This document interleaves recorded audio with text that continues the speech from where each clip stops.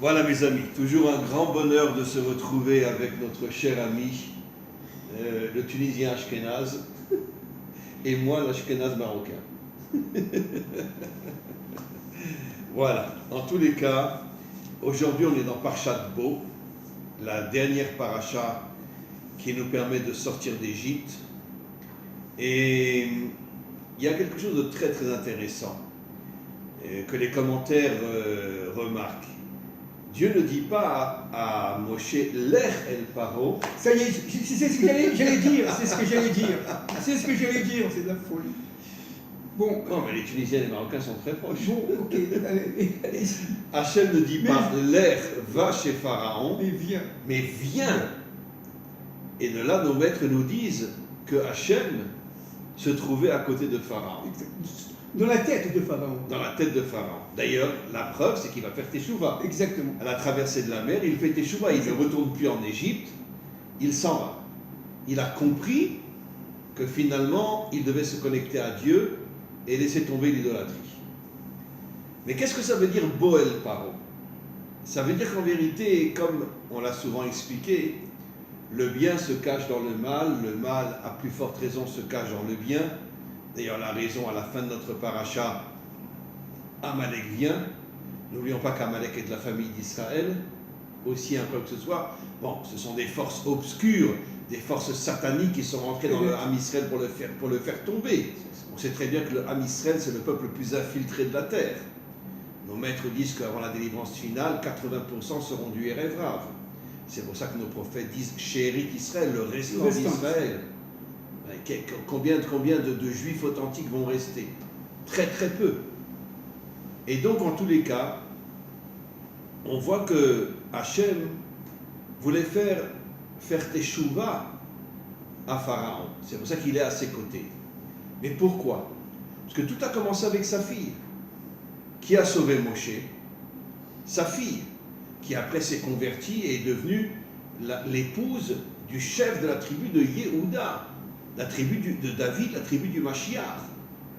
Comment on peut comprendre une chose pareille, que la fille de Pharaon devienne l'épouse du chef de la tribu de Yehuda? Après un travail intérieur intense. Et d'ailleurs, pourquoi qu'elle est descendue dans le Nil? Pour se nettoyer de l'idolâtrie. Absolument. Elle voulait quitter l'idolâtrie. Elle voulait aller au mikvé. Absolument, elle voulait aller dans un mikvé. Donc qu'est-ce qu'on voit de là? On voit de là qu'il y a du bien dans le mal. Malheureusement, il y a plus de mal dans le bien que du bien dans le mal. Mais jusqu'à la délivrance finale, même si c'est minoritaire, il y a du bien dans le mal. Et donc c'est encore une fois la raison pour laquelle Dieu dit à Moshe, viens vers Pharaon, car je suis à ses côtés. Je peux me permettre d'intervenir? Bien sûr, mais évidemment. Bon, évidemment, Chaim, tout ce que vous dites, c'est ça, bien entendu. Mais je voudrais quand même appuyer sur un point qui me paraît fondamental. Moïse est un guide. Moïse est un maître. Moïse est l'intercesseur entre Dieu et Pharaon, entre Dieu et les Hébreux. Vous savez que le Zohar dit que toutes les forces du Mashiach ben Yosef et du Mashiach ben David, ils les recevront de Moshe. Absolument. C'est pour ça que Moshe s'appelle Goel Acharon, oui. Le dernier libérateur, parce que c'est lui qui donnera les forces au Mashiach ben David de réparer le monde. Oui, absolument. C'est marqué dans le Zohar. Oui, absolument. Ah, donc, oui, Moshe viendra dans le Neshama, dans le Neshama du la Bina. De la Bina, absolument. Donc, Moïse étant un intercesseur entre Dieu, unique maître de l'histoire, le Dieu caché, Yudke-Vavke, les Hébreux et Pharaon et l'Égypte. On est d'accord. Seulement, qu'est-ce qu'il y avait dans la tête de Moshe pour recevoir cet ordre? Va chez Pharaon.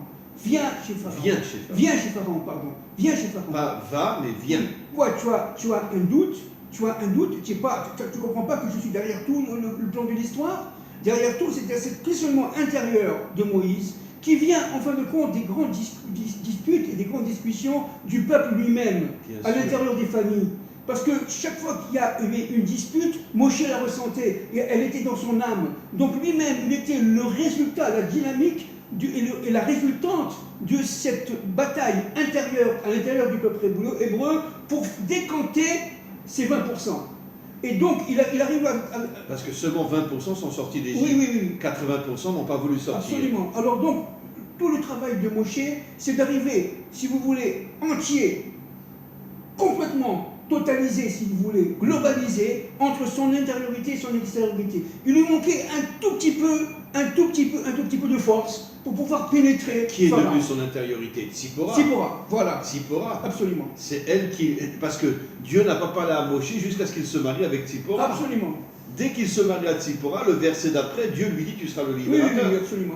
Donc tout le travail... Donc on voit bien que toutes les forces d'un homme viennent de sa femme. Absolument. Dans cette parachabo, on voit déjà par le premier mot que Moshe n'était pas tout à fait encore, si vous voulez, prêt à la sortie d'Égypte. Parce que le peuple n'était pas encore prêt. Alors, tout le problème, c'est l'allumage. Qu'est-ce que ça veut dire dans mon langage à moi? La sortie d'Égypte s'est passée, si vous voulez, en 3 temps. Si je vais très vite, en quelques secondes. Le premier temps, le travail intérieur de chacun. Ceux qui n'ont pas fait ce travail intérieur ne peuvent pas sortir. De dépoussiérage de leur intériorité, d'enlever toutes les clipotes, etc., comment on dit, les impuretés. D'ailleurs, qui c'est qui a sauvé les hommes? Ce sont les femmes. Absolument. C'est elles qui sortaient de leur camp, risquaient leur vie, risquaient de se faire torturer à mort, rentraient dans le camp des hommes, chacune recherchait son mari. Pour pouvoir avoir une relation avec lui et avoir des enfants. Des enfants, absolument. Et ce n'est pas les hommes qui sont partis chez les femmes, c'est les femmes. C'est à pleurer. Ça veut dire que la Torah n'arrête pas de nous dire que la force authentique de ce monde, c'est la femme, c'est pas l'homme. Absolument. Et donc, ce qui s'est passé, c'est qu'en fin de compte, la première étape, c'était cette décontation des forces d'impureté qui est en nous. Ceux qui ne l'ont pas fait, ils ne sont pas sortis d'Égypte, ils sont morts avec le gameplay, on le verra tout à l'heure. Mais ceux qui l'ont fait, ils l'ont fait, si vous voulez, mais ce n'était pas encore tout à fait complet. Non, il fallait qu'ils se nettoient complètement. Voilà. Et qu'est-ce qui va nettoyer complètement? C'est la matzah. Exactement. Alors voilà. La matzah. Bon, je arrête de parler. Parce que... Alors voilà. Alors donc ce qui s'est passé, c'est que... Mais on est des frères. Bon, c'est normal qu'on dise la même chose. Bon, alors ce qui s'est passé... On est la même âme. Alors ce qui s'est passé, c'est que en fait... Amen. Alors ce qui s'est passé, c'est qu'en fait, dans cette première étape, le 14 Nissan, au soir, Dieu a lancé une lumière incroyable, qui est liée directement au Rocher. On va en parler tout à l'heure. Il y avait la lumière chez les Juifs voilà. et l'obscurité chez les Égyptiens. Alors qu'est-ce que c'est que cette histoire de lumière et d'obscurité? Le grand-père du Rav Eliashiv, Zichrono Tzadik Libracha, qui est mort à peu près il y a une dizaine d'années, a dit une chose extraordinaire à partir du Malbim. Il a dit qu'en fin de compte, c'était un trop-plein de lumière, c'était un trop-plein de lumière, qui, comme un super soleil, qui a aveuglé les Égyptiens, et qui était tout simplement, pour ceux qui étaient capables de sortir d'Égypte, tout simplement la Torah. C'est exactement ce que dit le Baal Hatanya. C'est ça. Qu'en vérité, il n'y a pas d'obscurité dans ce monde. C'est ça. Il y a une trop grande lumière qui nous aveugle et qui nous fait tomber dans l'obscurité. Voilà, c'est ça. Le Baal Hatanya le dit exactement. Et il dit, les Hatid Lavo, on arrivera à voir cette grande lumière. C'est ça. Et on ne sera plus dans l'obscurité. C'est le Or Haganous. Le Or Haganous, la lumière cachée. C'est exactement ça. Donc, mais le problème, c'est que cette lumière-là... Vous pensez qu'elle se cache en Tunisie ou au Maroc? Bon. Non, on a le droit de rigoler un petit peu. Je sais bien. La vérité, elle est en Pologne, voilà. Elle est en Pologne. Ah non! Elle est en Pologne. Mais non, pas chez les Polonais. D'accord, alors je rigole. Non, je préfère qu'elle soit ou en Tunisie ou au Maroc. La souffrance était tellement terrible là-bas qu'en Pologne que... Bon. Mais attendez, ce que les Polonais ont fait aux Juifs, c'est catastrophique. Bien sûr, terrible. Alors donc, Akadosh Baruch Hu... D'un autre côté, vous avez peut-être raison, parce qu'on nous dit que la lumière de Dieu se cache dans le mal. Bien sûr. Donc peut-être qu'elle est plus chez les Ashkénazim que chez les Sfaradim. Bon, c'était notre problème. Mais on reste au niveau des mots, parce que sinon, on va aller dans tous les sens. Mais on peut en parler. Bon, alors, cette lumière-là, Dieu l'a allumée pour une nuit.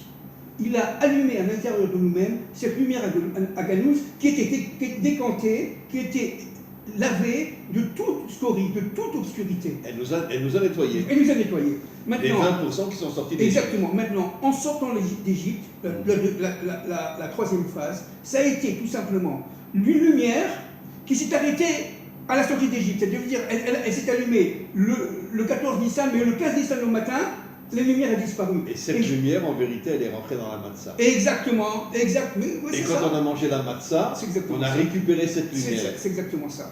Maintenant, tout le travail entre la sortie d'Égypte elle-même, le 15 Nissan. Qu'est-ce que c'est la matzah? Kouf Lamed et. Oui. Kouf Lamed, Kouf Keter, Lamed Malchut, et le et, c'est aussi la Malchut.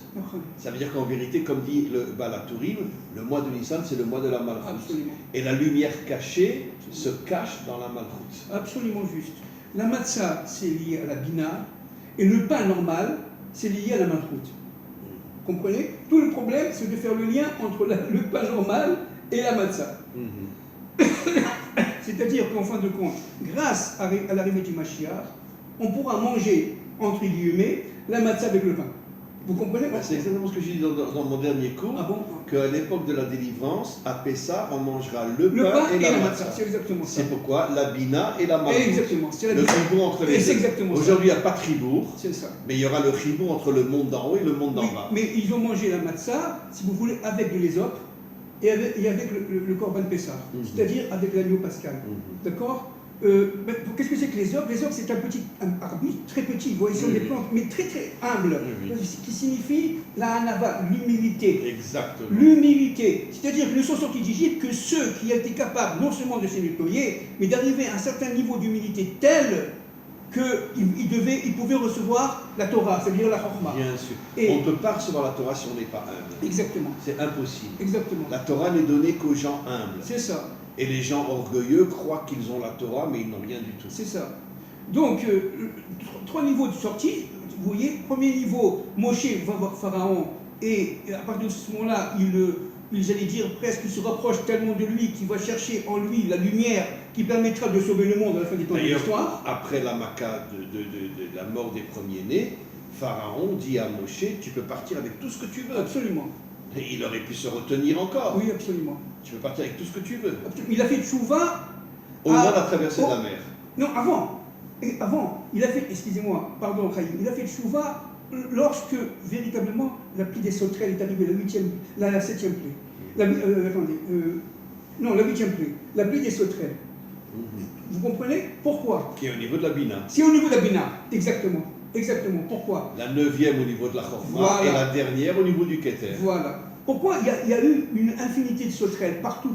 Parce que les Rachamim, les maîtres du secret, disent la chose suivante qui est très intéressante. Quand Dieu a créé le monde, il a créé d'abord avec sa volonté, à partir du néant. Et à partir du néant, il a créé l'homme, la création, n'est-ce pas? Absolument. Mais de l'homme descend une infinité d'hommes. Mais évidemment. Donc, si vous voulez, les sauterelles. Enfin, ce qu'on appelle les Bnei Adam, bien sûr, qui sont minoritaires dans le monde. On est d'accord, on est d'accord. Mais au fil des siècles, au fil des civilisations, c'est quand même eu un très très grand nombre. D'accord? Dieu a donné ce remède, cette allusion à Pharaon, de dire la chose suivante, attention, à partir de Adam, descend les Bnei Adam.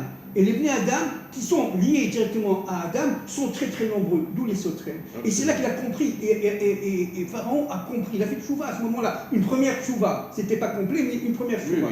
D'accord? Il a dit tchouva, c'est au moment de la traversée de la mer. Bien sûr, à la fin, lorsque l'eau est arrivée au niveau du nez. D'accord? Mais avant, n'est-ce pas, il a commencé à comprendre. Il a commencé à comprendre, absolument. Alors, la deuxième. Derrière Agav, la faute, la dernière plaie qui est la mort des premiers-nés, qui est au niveau du Keter. Le Keter, c'est la femme, c'est la vengeance des femmes. Vous nous avez tué tous nos enfants mâles, et maintenant, nous, on va tuer vos enfants. On va revenir. D'abord, cette histoire d'Inissan. Venons en essayer de comprendre un peu ce qui s'est passé. C'est quelque chose de fou. C'est un truc de fou.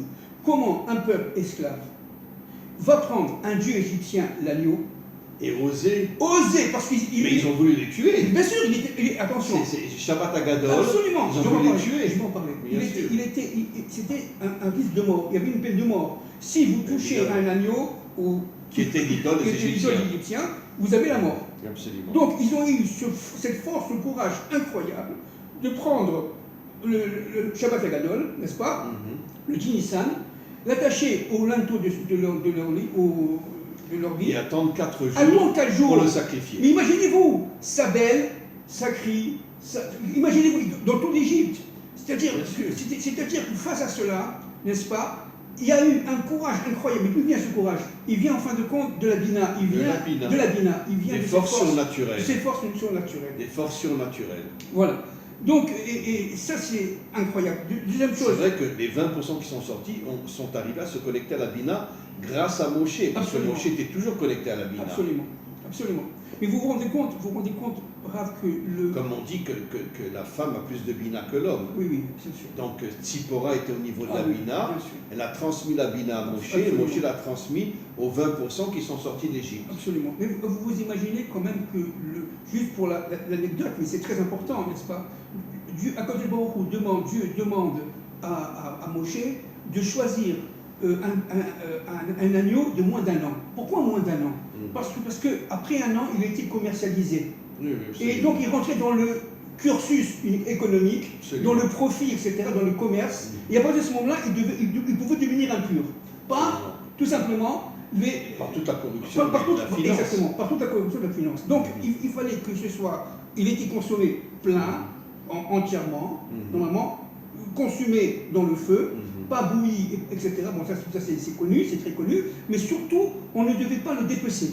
On devait le manger en son Et ne pas casser les os. Et ne pas casser les os. Quelle leçon de ne pas casser les os, vous savez? De ne pas casser les os, c'est quoi? Alors il y a un commentaire qui dit la femme a été créée à partir de l'os de l'homme. Oh là là, j'ai pas vu ça. C'est là. J'ai compris. Et ne pas casser les os, c'est une sorte de chevar, de louange à la femme qu'elle vient à partir d'une partie de l'os de l'homme, le tsela. Mais elle est dure la femme, vous voyez, l'os est dur. Tandis que c'est l'homme c'est la exactement terre. ce que dit la Gemara. L'homme vient de la terre, il est tendre, Voilà. mais la femme elle est très dure. Exactement. Voilà. Donc ça c'est très bon. Et pourquoi elle est dure? Parce que la femme représente la gvoura. C'est ça. La gvoura, la force C'est ça. qu'elle transmet à son mari. C'est ça. Donc, il a fallu Et manger. ils ont eu le courage de quitter leur camp pour aller chez leur mari. Oui. Et c'est pas le contraire. Exactement. Donc, il a fallu manger trois aliments. La matzah, qui était du pain, mais qui n'était pas levé. Il y avait, si vous voulez, péripazone. Ils sont sortis en vitesse. Alors pourquoi il n'était pas levé, justement? Parce que comment qu'on lève le pain? Avec oui, de la levure où on le laisse monter tout seul avec l'air, quoi. Avec de levure, oui. Ça veut dire c'est du vide. Oui, absolument. Oui, C'est du vide. mais c'est l'ego. C'est l'ego. Voilà. C'est l'ego. Il Absolument. fallait absolument retirer tout l'ego de la nourriture de manière à être soi-même sain complètement pour pouvoir sortir d'Égypte. Absolument. Seulement ceux qui ont mangé la De matzah, manger du vrai pain qui n'a pas gonflé. D'ailleurs, dans le temple, entre parenthèses, il n'y a pas C'était de que de la matzah. matzah. Tous les pains dans le temple étaient que de la matzah. Absolument. Et donc, on mangeait la matzah, on mangeait le korban de Pessah et on mangeait mélangé à l'ésop, c'est-à-dire à cette plante-là. Ok. Et qu'on appelle ça la charoset. Et la charoset. Qui est un petit peu forte. Absolument. Qui rappelle l'amertume qu'on Oui, avait en bah oui, Égypte. c'est lié directement à l'ésop. Hein, D'ailleurs, pourquoi on mange les la fruits de la mer. charoset après la matzah? C'est ce que les commentaires disent. Parce que c'est justement après la sortie d'Égypte qu'on peut se rappeler combien qu'on a souffert en Égypte. Oui, c'est ça. Parce que tant qu'on était en Égypte, on ne s'en rendait pas compte, même si on souffrait. Mais une fois que tu sors d'Égypte, tu te rappelles comment tu as souffert en Égypte. C'est pour ça qu'on mange la charoset qui est amère après la matzah, qui est la délivrance. C'est ça. Alors donc, qu'est-ce que c'est que maintenant que cette histoire de mort de premier-né qui est liée directement... Alors, attends, on finit. Cette histoire de Chokhmah qui est liée directement à la Torah, c'est l'obscurité, n'est-ce pas, face à la Torah qui est la lumière qui pénètre par la tête et qui va dans tous les ordres. C'est pour ça que la Torah s'appelle Etz Achaïm. Voilà. Et Etz Achaïm, c'est l'union entre l'âme et le corps. Exactement. Et c'est la Bina. Exactement. Les maîtres nous disent que les premières tables sont au niveau de la Bina. Exactement. Et on les retrouvera avec le Mashiach. Exactement. C'est pour ça que la paracha à la fin parle des Tiflin, Pourquoi? C'est très important. Donnez-moi une minute, Chaim, pour essayer en quelques secondes d'éclaircir un peu le point. Ben, le lien Bon, alors c'est le lien entre le le cœur, la tête et le cœur, c'est-à-dire le lien tout simplement entre les forces de la passion qui doivent être contrôlées Absolument. et les forces de la tête, la réception. Maintenant, c'est très intéressant, c'est que dans le tiflin d'en haut, vous avez un shin. Shin qui est lié à Shrina, Bien qui sûr. est lié, d'accord? Bien sûr. Alors, maintenant... Derech Agav, si vous prenez le Moar et le Lev, ça fait 38. Oui, Et 38, ça fait 11, ça Oui. fait Keter. oui, c'est ça. Ça veut dire qu'en vérité, les téphilines C'est ça. nous amènent jusqu'au Keter. Oui, les tiflin, ce sont des récepteurs émetteurs. Ils reçoivent la parole de Dieu, la Absolument. Torah, Absolument. et ils la diffusent. C'est-à-dire que sans les tiflin, il n'y a aucune possibilité pour intégrer la Torah. D'ailleurs, nos maîtres disent dans le Talmud que celui qui ne met pas les téphilines ne sortira pas du Gehinnom, Exactement, ne sortira pas de l'enfer. exactement, exactement. Celui qui ne met jamais les téphilines, qui ne les a jamais mis dans sa vie, il ne sortira pas de l'enfer. Alors c'est intéressant parce que le côté gauche, et c'est un shin à 3 branches. Le et côté gauche, Non, ça représente- je parle de la tête. Non, mais le côté gauche, Oui. les téphilines du côté gauche, ça représente en vérité la féminité, Absolument. la gvoura. Absolument. 7. Voilà. 7 ronds. Et d'accord 7, c'est la malchoute. C'est la malchoute. C'est la D'accord malchoute. Et la 3 tête. ici. Et 3 ici. Oui. C'est différent, n'est-ce pas? Bien sûr. Vous comprenez? Ah, c'est magnifique. Mais c'est ça, c'est-à-dire qu'en fin de compte, on relie. Merci Hachem de nous avoir donné les téphilines. Bien sûr. Alors, on relie par Tiferet la tête et les bras. Et Absolument. en faisant 7 ronds. Parce que la malchoute est liée à Tiferet. Exactement. C'est quoi la vraie malchoute? C'est Exactement. l'union des contraires. Mais bien sûr. Mais bien sûr. Et c'est ça la vraie Mais malchoute. bien sûr. Le contraire de tout ce qu'on a aujourd'hui, Mais tous bien nos sûr. dirigeants sont tous des Bien crapules. sûr. Alors, le shin à 3. Vous savez, le shin c'est une lettre qui est stable, qui est stabilisée, Bien avec sûr. 3 valves. Vous voyez? Bien sûr. 3 youths qui deviennent des valves. Bien Maintenant, sûr, les une 3 fois- youths, c'est à 20 000 Et ben, accords. exactement. Mais il faut passer maintenant du 3 au 4. Parce que c'est pour ça que de l'autre côté, vous Ah, avez le David, shin à 4. David. Exactement. David qui se lie aux 3 pères. Exactement. 7 ans, il est resté à Hebron. Exactement. C'est exactement ça. Donc, Aïe, aïe, aïe. donc les tiflis sont très, très, très importants. On ne peut pas imaginer tous les secrets qu'il y a dans notre Torah. C'est de la folie, c'est de la folie, c'est de la folie. Alors, c'est pour ça que les femmes ne mettent pas de tiflis. Pourquoi? Parce qu'elles Parce sont qu'elles sont, elles-mêmes. elles sont en Parce qu'elles sont en elles. en elles-mêmes. Elles sont à l'intérieur d'elles-mêmes. Une fois, j'avais donné un cours en hébreu et j'avais dit je ne comprends pas pourquoi on dit chez Loa Sani Isha. D'accord? Je crois que je vais arrêter de le dire d'ailleurs. Et il y en a qui me répond, il me dit mais parce que les femmes font moins de mitzvot que les hommes. Je lui ai répondu mais vous n'avez rien compris. Pourquoi les femmes font moins de mitzvot que les hommes? Parce que la plupart des mitzvot, elles les portent en elles. Voilà. Elles n'ont pas besoin de les Elles sont faire. arrivées au niveau de la bina. Elles sont au niveau de la bina. Parce que Et la bina, c'est les premières tables Exactement. qui contiennent toutes les mitzvot. Exactement. C'est de la C'est folie. exactement ça. La femme est beaucoup plus haute que l'homme. Dans l'arbre séphirotique, vous avez les 7. Vous continuez, vous relire chez le roi Nisha? Oui. Oui. Bon. Dans l'arbre séphirotique. Moi, je vais arrêter, j'en ai marre. Attendez, il y a 10 sphérotes.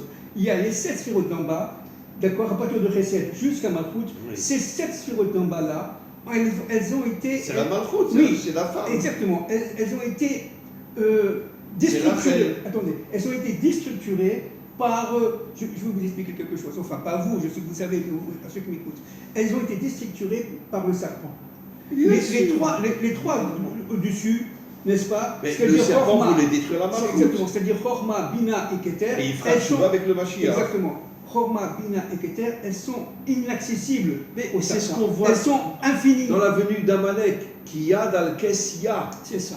Ça veut dire qu'Amalek, il a coupé le monde d'en bas du monde d'en haut. Absolument. Il a dit à Hachem, reste dans la synagogue et fous-nous la C'est paix. séparer l'homme de la femme. Point. Exactement. C'est Et séparer le couple. Mais parce que c'est un mamzer. Absolument. Et il voulait détruire le couple, comme on voit aujourd'hui dans notre monde. C'est ça. C'est ça. Il y a plus de divorces que de mariages aujourd'hui. C'est ça. Sans compter que partout dans le monde, tous les jeunes, ils vivent avec une fille, mais ils ne se marient pas. C'est ça.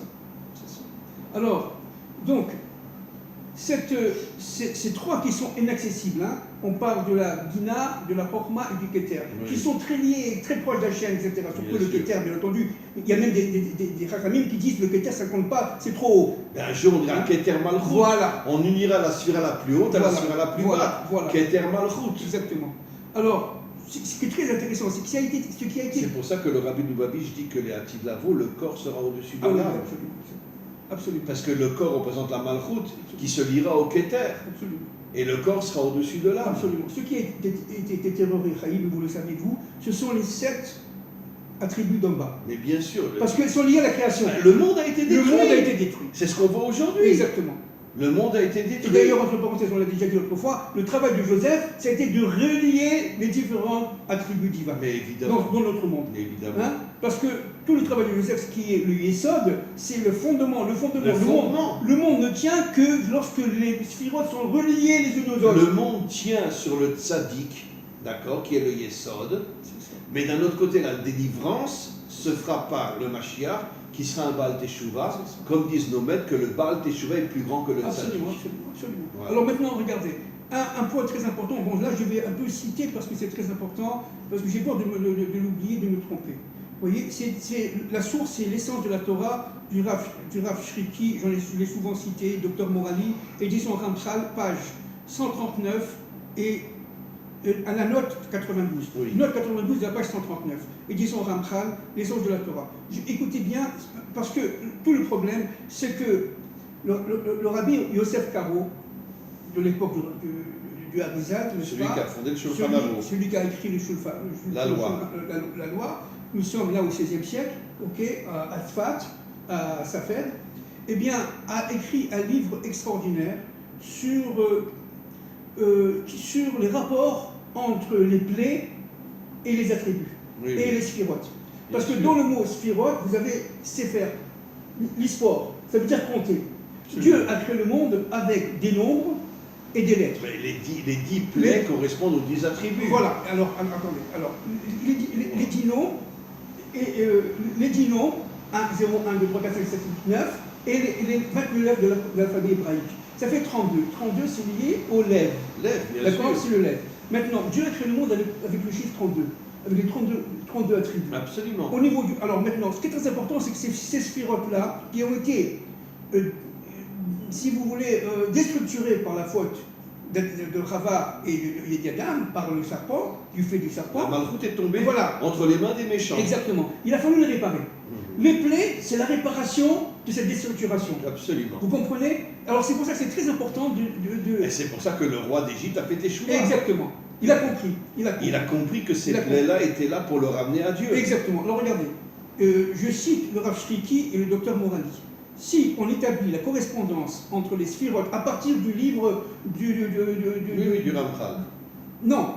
Oui, du Ramchal, bien sûr, mais à partir du livre de Yosef Karo, hein, d'accord, que lui prend sa source dans le Sefer Yetzira, dit-on, de Abraham Avinu. Okay. Ça veut dire que c'est très profond et très loin. On est au niveau d'Abraham Avinu, d'Abraham.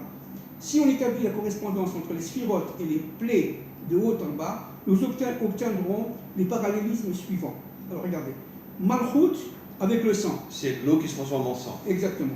Yesod avec les grenouilles. Od avec la vermine, les poux. Hein. Netzar avec les bêtes sauvages. Voura avec les ulcères. Chesed avec la grêle. Bina avec les sauterelles. Parachat. Là, on est là Chokma avec les ténèbres. Et Keter avec la mort des premiers-nés. Ça veut dire qu'en réalité, chaque sphira a amené le contraire de sa nature. Exactement. Chaque sphira a amené une plaie qui est le contraire de sa propre nature. C'est pour faire le nom des contraires. Absolument. C'est pour faire le nom du contraire. Absolument. D'ailleurs, le Zohar dit que sur chaque attribut divin, il y a une force contraire. Absolument. Qui correspond aux plaies. Absolument. Parce que Dieu a créé le monde, encore une fois, dédoublé. Hein. Absolument. D'accord. C'est-à-dire la tête d'Adam Rishon, après la faute, elle s'est dédoublée. La création s'est dédoublée, dans le bien et dans le mal.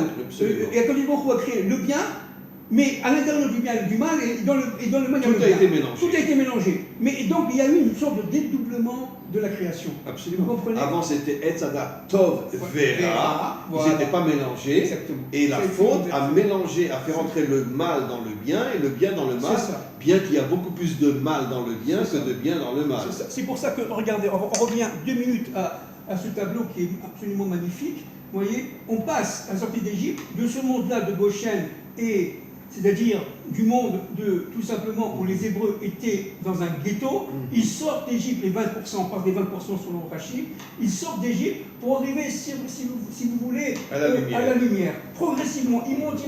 Mais comment ils vont monter? Par le travail intérieur, notamment le travail des femmes. Et ils vont monter. Et en montant... D'ailleurs, les seuls qui n'ont jamais fauté pendant 40 ans dans le désert, c'était les Ce femmes. sont les femmes, absolument. Elles sont les seules qui n'ont jamais fauté. Les hommes n'arrêtaient pas de fauter, de se révolter. Absolument. Les seuls qui ne fautaient pas, c'était les femmes. Maintenant, une fois qu'ils sont sortis d'Égypte, c'est-à-dire que cette lumière a été imprimée en eux, et elle a été allumée par Dieu, puis éteinte, puis réallumée à Matan Torah, tout ce travail-là des 49 jours, du 50, après la sortie d'Égypte, ça a été un travail intérieur de manière à faire resplendir cette lumière initiale. Et l'intériorité, c'est l'épouse. Exactement. C'est l'épouse l'homme a accepté de reconnaître que son épouse Exactement. et son intériorité. Oui, c'est exactement ça. C'est exceptionnel. C'est de la folie. Bien Donc, qu'après, les hommes n'ont pas arrêté de se révolter pendant 40 ans oui, dans le désert, mais les femmes jamais. absolument. Les femmes jamais. Absolument. C'est pour ça que toutes les femmes sont rentrées en Israël, alors que les hommes, ils sont tous morts. Absolument. Et c'est leurs enfants qui sont rentrés en Israël. Exactement. Mais les femmes qui ont continué à vivre, Voilà. sont rentrées en Israël. C'est ça. Alors donc, maintenant, il faut comprendre un point très important. Cette histoire de mort des premiers-nés. Alors, d'abord, moi, j'aime pas parler des premiers-nés, je parle des élites. Parce que ce qui s'est passé, c'est la mort des élites. Oui. C'est ce qu'on va lire à la fin des temps. C'est ce qu'on va voir à la fin des temps. Mais C'est-à-dire qu'en fin il de est dit compte... qu'en Égypte, les premiers-nés devenaient des Des- princes, voilà, devenaient des, voilà. Ce des sont les sorciers, élites. etc. Ce sont les élites. Voilà. Bon, alors, ils portaient en eux l'ensemble de l'impureté d'Égypte. Absolument. Toute l'idolâtrie d'Égypte. Toute l'idolâtrie d'Égypte. Absolument. Ok, mais face à ça, il y a eu donc, si vous voulez, qu'est-ce qui s'est passé? Il s'est passé que ces élites, ces aînés, qui ont entendu qu'ils allaient mourir par la rumeur, ont fait une révolution sociale. Un genre de mai 68, un genre de révolution française. Et qu'est-ce qu'ils ont fait? Il y a des midrashim extraordinaires là-dessus. Ils ont voulu tuer les Juifs. D'abord, ils ont cherché à tuer leur père. Ils ont cherché à tuer ça veut dire quoi? Leur ascendance. Ça veut dire qu'ils ont voulu couper leur monde des mondes des antériorités. Écoutez, vous savez, moi j'ai eu la chance, je ne sais pas si on peut dire comme ça, en 1968, j'étais à Paris en 68, et voilà un dicton qu'on lançait, un mot d'ordre qu'on lançait à cette époque-là. Nous ne voulons pas de la société de papa. Comme Benedict et ses copains disaient, nous ne voulons pas de la société de papa. Ceux qui nous écoutent, qui ont un certain âge, se rappellent de cela. Eh bien, c'est exactement ce qui s'est passé. J'étais révolutionnaire pendant mai 68. C'est exactement ce qui s'est passé pendant la mort des premiers-nés. C'est-à-dire que, véritablement, avant de mourir, il y a eu une révolution sociale. Et cette révolution sociale, elle a été tout simplement dédoublée par une contre-révolution qui est la sortie d'Égypte, des Hébreux. Vous voyez, il y a eu une tension incroyable. Alors évidemment, pourquoi Dieu a fait ça? Pour pouvoir laisser sortir les Hébreux. Mais c'est exactement ce qui va se passer à la fin des temps de l'histoire. Pendant la guerre de Gog. Pendant la guerre de Gog. Et c'est exactement ça. On va vivre la mort des premiers-nés, c'est-à-dire la mort des élites, notamment occidentales, pas seulement, mais notamment occidentales, n'est-ce pas? Parce qu'elles ont été trop loin. Grâce au Mashiach. Grâce au une Mashiach. armée Oui. qui va se battre contre toute la C'est pourriture de ce exactement ça, monde. exactement ça. Mais parce qu'ils ont voulu tout simplement se couper de leur antériorité. Mais Alors que non. notre travail à nous, c'est de nous réunir à Mais il n'y a, Yitzhak, Abraham et il y a Jacob. pas plus débauché qu'un dirigeant dans le monde. On sait très bien, on sait très bien, bon, je ne citerai pas des noms, mais on sait très bien que les dirigeants sont les plus grands débauchés de la Terre. Absolument. Donc, tout ce qui s'est passé à cette époque-là, que nous allons revivre aussi à la sortie d'Égypte de l'humanité toute entière, on parle des Adam, bien entendu, des descendants d'Adam Rishon, eh bien, on l'a vécu il y a 3500 ans en microcosme de manière à tout Et là, ça simplement. sera au niveau Et là, ça sera au niveau. de l'universel. Et de manière absolument à marquer l'histoire du départ pour qu'à l'arrivée, cette histoire revienne. Vous comprenez? Toute la dynamique de l'histoire, ça a été, en fin de compte, d'arriver à la révolte des premiers-nés et à la sortie d'Égypte Absolument. Et là, ce ne sera pas seulement la sortie d'Égypte et des Hébreux, ça sera la sortie de tous les Adamiques voilà, alors, qui vont se révolter. Voilà, alors, dans mon livre, bon, pour ceux que ça intéresse, hein, Au-delà de la nuit, je le répète, à la page 153, regardez ce que j'avais écrit il y a quelques mois. Di Nissan, Shabbat Agadol, jour révolutionnaire où les deux extrêmes se rejoignent. D'un côté, les combattants hébreux qui ont dit non à l'assujettissement aux forces de Pharaon et avaient intégré qu'en Moïse existait un rédempteur aux ordres du maître du monde, l'unique Dieu de l'histoire. Bon, et de l'autre côté, il y a eu, si vous voulez, une contre-révolution, vous voyez, un véritable soulèvement social fomenté par les aînés égyptiens, sentant leurs femmes proches, notamment au même moment. C'est-à-dire que tout le travail d'Hachem, ça a été d'empêcher l'armée égyptienne de se battre contre les Hébreux, d'empêcher les Hébreux, vous voyez. Ça a été tout simplement... Bien qu'ils sont morts, malgré tout, les premiers-nés. Oui, non, ils sont morts, bien sûr qu'ils sont morts. Mais ils sont morts, d'ailleurs, Dieu est intervenu directement, lui seul, ni les anges, ni les séraphins. Évidemment. Parce que c'est une plaie intelligente. Je ne sais pas si vous vous rendez compte de ce qui s'est passé. C'est incroyable. Les premiers des animaux... Je crois qu'il y a eu en Tunisie, il y a eu la même chose. Il y a eu la mort des premiers-nés en Tunisie. Il y a eu, au XVIIIe siècle... Chez les Juifs. Oui, des garçons. C'est ce qu'on appelle, nous, la fête des garçons. D'ailleurs, on va bientôt fêter ça, n'est-ce pas? Il y a eu... Je crois qu'elle est passée, mais je ne me rappelle plus. La fête des garçons aux environs de janvier-février.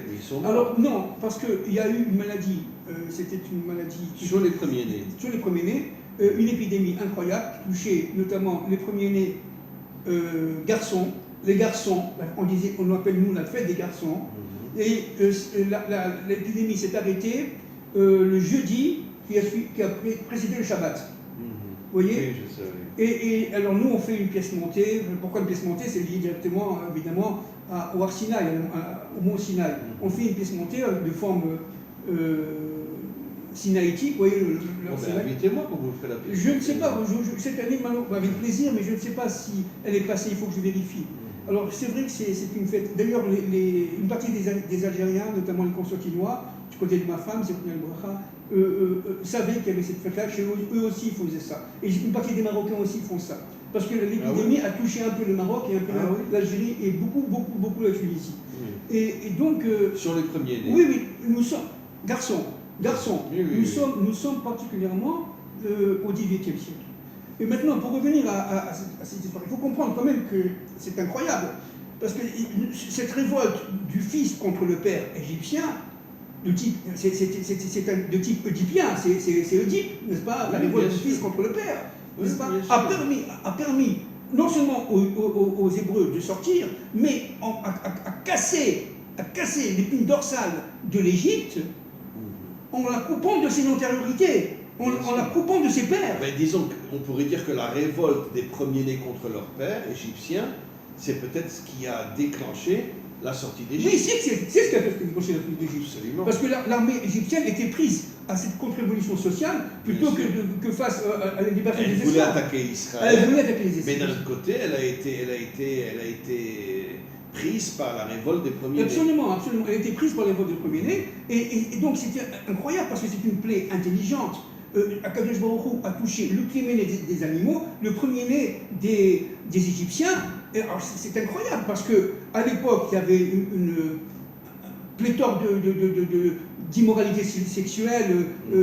Les hommes avaient plusieurs femmes, les femmes avaient plusieurs hommes. Et ce qui est terrible, donc chaque femme avait plusieurs aînés, entre parenthèses, bien sûr, avec d'autres hommes. Et chaque aîné a été touché. Mais ça les rendait complètement folles. Parce que voilà une plaie intelligente.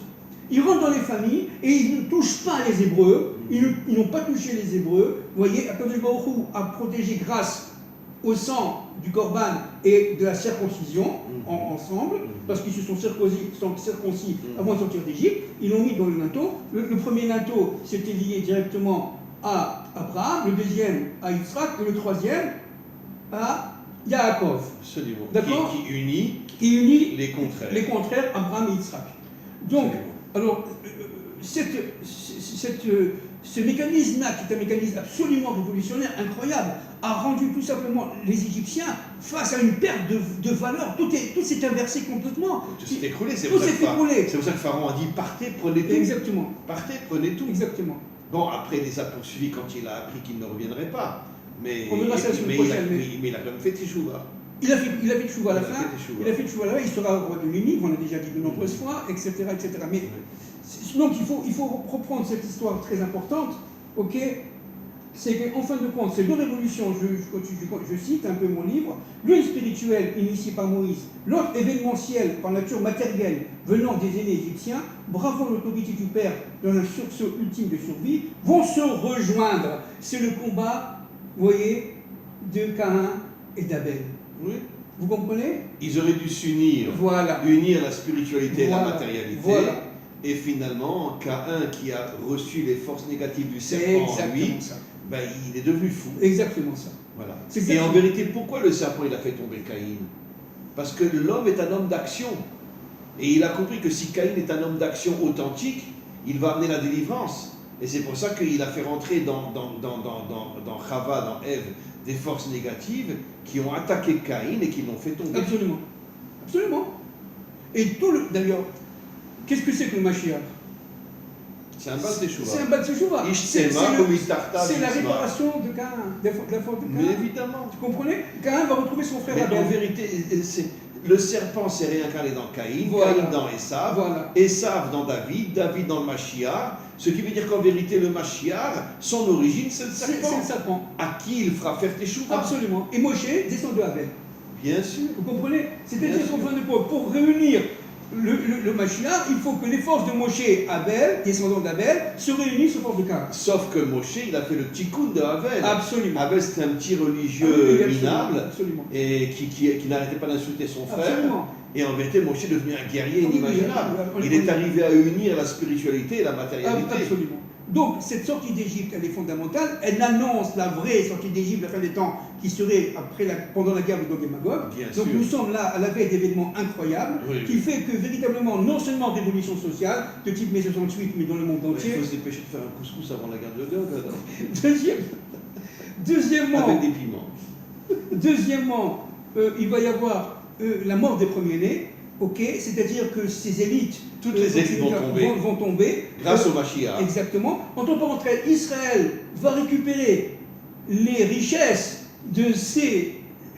Ça commence d'ailleurs parce que tout ce qu'ils nous ont volé pendant des millénaires. Exactement. C'est exactement ça. Et ils nous ont volé pendant des millénaires. Exactement ça.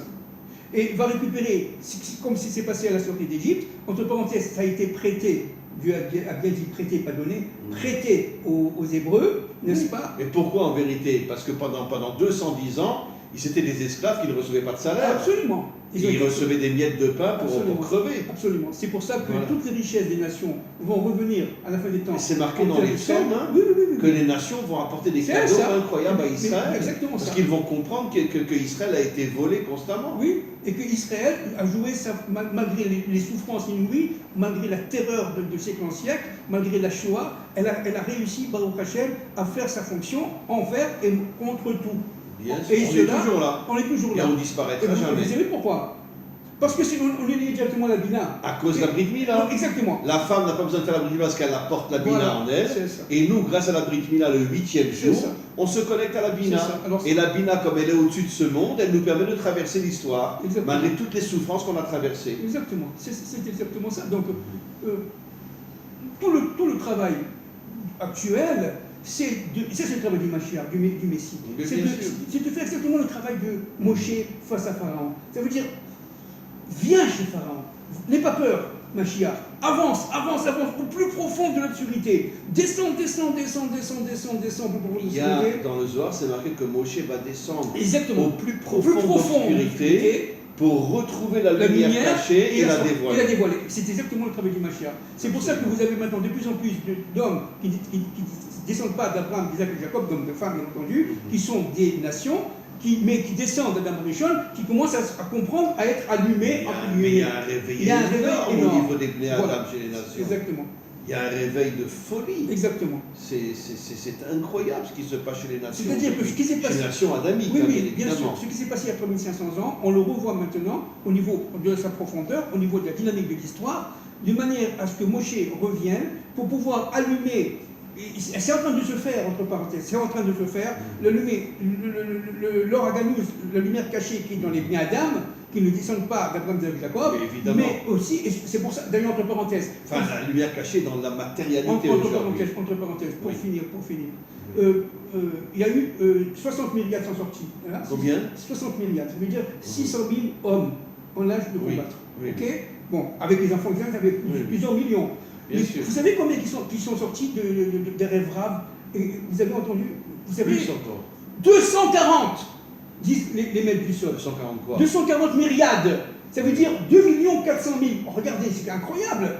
C'est ce que le Zohar dit, que le peuple juif est le peuple le plus infiltré par des forces obscures jusqu'à aujourd'hui. Alors qu'est-ce que c'est que... Alors regardez, qu'est-ce que c'est 2 400 000? C'est exactement le même chiffre que ceux qui sont morts d'origine hébraïque avec la 9e plaie. Combien il y a eu de morts? 80%. 80%. Combien?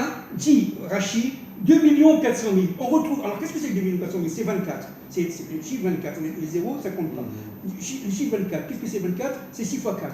Ça veut dire les 4 lettres du nom de Dieu avec le Vav. Absolument. Tous les gens qui n'ont pas compris que le Vav était nécessaire, le bâton de Moshe, nécessaire pour pouvoir réunir le ciel et la terre, l'homme et la femme, le jour et la nuit, ne sont pas sortis d'Égypte. D'ailleurs, la guerre de Gog, c'est le contraire du Aleph. Aleph, c'est le Vav qui unit deux Yud, la Bina et la Malchut, et Gog, c'est Gimel, Vav, Gimel, ils enlèvent le 7. Exactement. Ils ne veulent pas la Malchut. Exactement. Ils ne veulent pas la Malchut de Dieu dans ce monde.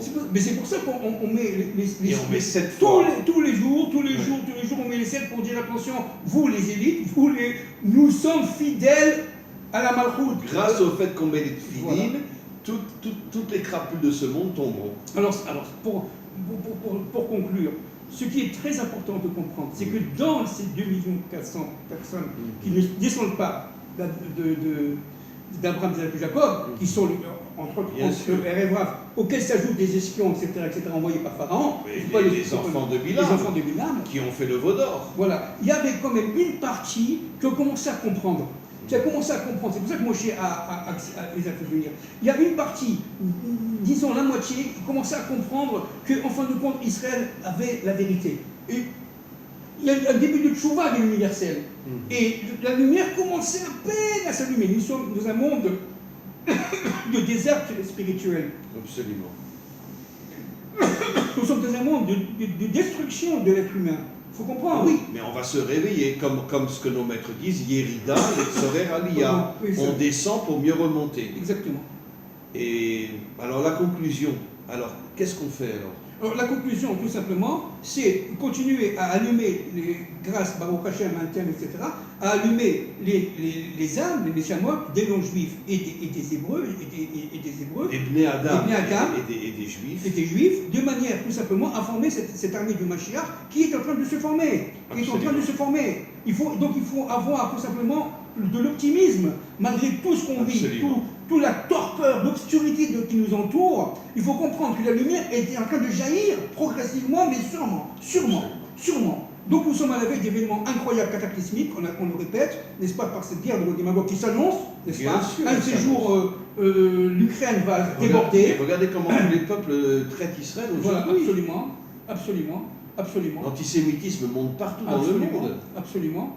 Et Dieu va créer un conflit incroyable, et pas seulement parce que le guerre de Magog, c'est pas seulement qu'un conflit militaire. Non, bien sûr. C'est plus d'argent dans les comptes, mais ils vont nous détruire. Cette nuit, l'essence a encore augmenté. Voilà, c'est ça. C'est de l'inflation, c'est un chômage vétéré, endémique, c'est la masse monétaire qui s'effondre, c'est le fait de ne plus connaître l'autre. On vit chacun avec son téléphone. Il n'y a plus véritablement d'être socialisé, il n'y a plus de famille, il n'y a plus rien. Mais de cela sort la substantifique moelle. En vérité, cette Yérida va faire lever le Voilà. Mashiach. Et c'est ça. Bravo. Merci encore une fois. Et bon, bah alors, Que Dieu vous qu'est-ce aide. qu'on fait on fait du Krav Maga pour se former dans l'armée du Mashiach, hein? Ou alors on mange un couscous. Oui, Je préfère manger un couscous. oui, moi aussi. Hein? Moi aussi. Comment c'est que vous le faites le couscous Mais avec? je t'achète bientôt.